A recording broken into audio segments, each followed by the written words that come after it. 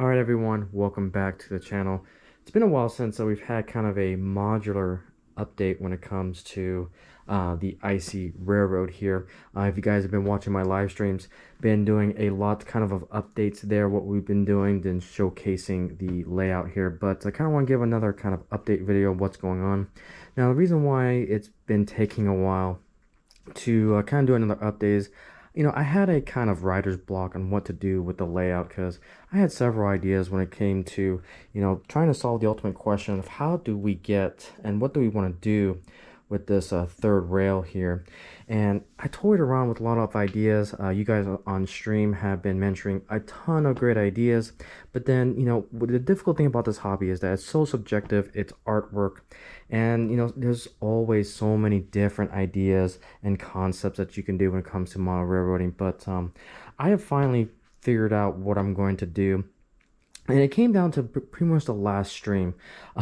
We were jokingly, a member in the, in the chat kind of, it was Quasimodo, if I remember correctly, stated, well, why don't you put like a hole in the wall? It's like, well, I wouldn't like that.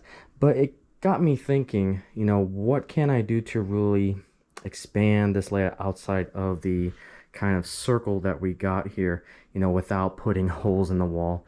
But the answer was actually right in front of me, and it kind of put everything else into place. So the biggest problem about this particular layout is that I don't really have a dedicated yard to put all of my engines that I'm not going to be using, or rolling stock or passion trains that I'm not going to be using in a hot minute.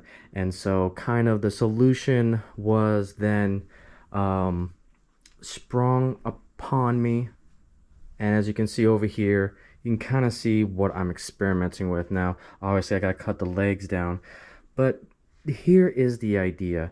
Instead of going, through another room and so forth to have my yard, the answer was hidden in plain sight. I didn't even think about it until literally one day before recording this video.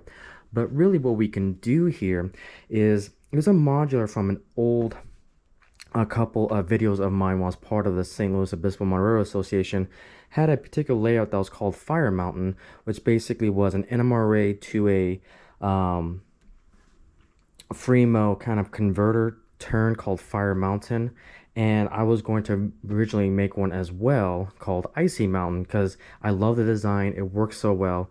And it's not going to be 100% a conversion from NMRA to Fremo, but the idea is that it's going to be basically a turnout's going to be here, and a turnout's going to be here, where you can go straight here, and then it will come across here, crossing here. Now this allows this to be a very functional modular when it comes to, going into and out of this particular circle. Now obviously I'll have a dead end here on this corner, but with the corner coming on this side, crossing the, let's pretend there's a crossing here. Now we can get into a potential rail yard, and that's what I want to experiment with, is that now what we can do is go straight this way and go into the closet. And so what we can do is we can actually take this door down so that way we have a little bit more space. But the idea is we can actually start our yard basically from here going out, and I've kind of calculated to about 1 2 3 4 5, let's see, we fit 2 more on each side and then an additional 2. So that'll be 1 2 3 4 5 rails on a 12-inch wide modular. Now I will put some sides on here so that way the engines won't fall off. But now the idea is, this is where I can have my rail yard. So now we'll have 5 lanes, and basically I believe I can fit 3 of my 36-inch wide or length modulars into this particular closet, and now I have a rail yard, which is going to be a huge relief because now I can park a whole bunch more trains and bring it in and out, and it's going to be nice. I cannot wait for that to happen. So that is a huge update. Obviously I'm going to have to redesign, or Harbor Point will be put away just because. Or, another idea is that we can transform Harbor Points into the yard down here, and we can have it curve that way. I don't know. Ideas. A lot of ideas are kind of going through my head right now, but For right now, we'll probably just end up retiring this modular for now from the Icey rails, and we will use it for another day. But we'll instead make a brand new modular that'll allow us a better turn radius. Because again, this modular right here, it's a little too tight for things like my Centennial, the GS4, and a few other, like my California Zephyr can't run on this because this turn is just simply too tight. I believe it's a 26-inch radius. Again, don't quote me on that, but again, it's still too tight for a lot of my engines. And so I want to create a new modular that I can run all of my trains on, try to make it around 33 to 36 degree radius, so that way I can run those engines. So that's kind of the idea when it comes to this. So again, pretty significant breakthrough when it comes to the layout. So again, excited, we'll build that, and then that way we can have a fully functional yard. Now in the meantime, because it is going to take some time to get all the pieces, the track work, the torus machines that we'll need, and all the wiring and so forth, what we're going to do is, for temporarily, we'll basically bring back some old but goody modulars. So right here, this is beginner's run. I've got Memorial Pass all set up and lined up and ready to go. And then now, with that pretty much solved, goes into the other question of, okay, we figured out the yard issue, what are we now going to do with the third rail? So basically, we're going to go with the original plan that this is going to be just a siding to park like engines and so forth.